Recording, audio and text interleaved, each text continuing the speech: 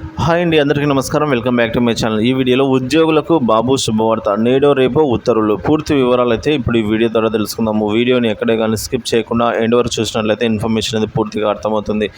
అలాగే వీడియోకి ఒక లైక్ చేయండి. వీడియోలోకి అయితే వెళ్ళిపోదాం ఫ్రెండ్స్. ఏపీలో కొత్తగా ఏర్పడిన కూటమి ప్రభుత్వం ఉద్యోగుల విషయంలో సానుకూల నిర్ణయాలు తీసుకుంటోంది. గత వైసీపీ పాలనలో ఉద్యోగులు తీవ్ర ఇబ్బందులు పడిన నేపథ్యంలో వారికి అన్ని విషయాల్లోనూ మేలు జరిగేలా ఒక్కో నిర్ణయం అయితే తీసుకుంటోంది.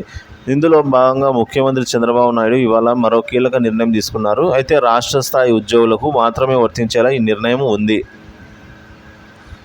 అదేంటంటే, రాష్ట్రానికి రాజధానిగా 2015లో అమరావతిని ఎంపిక చేసిన తర్వాత విభజిత రాష్ట్రంలో వేగంగా అభివృద్ధి జరిగేందుకు వీలుగా అప్పటి టీడీపీ ప్రభుత్వం కొన్ని కీలక నిర్ణయాలు అయితే తీసుకుంటోంది.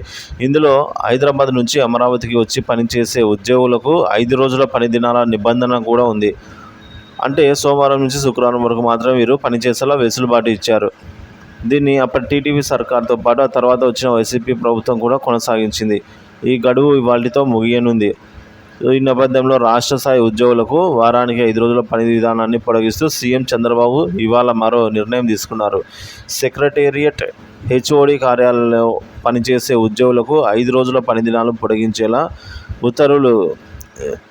ఇచ్చే ఉత్తర్వులకు సీఎం చంద్రబాబు ఆమోదం తెలిపారు.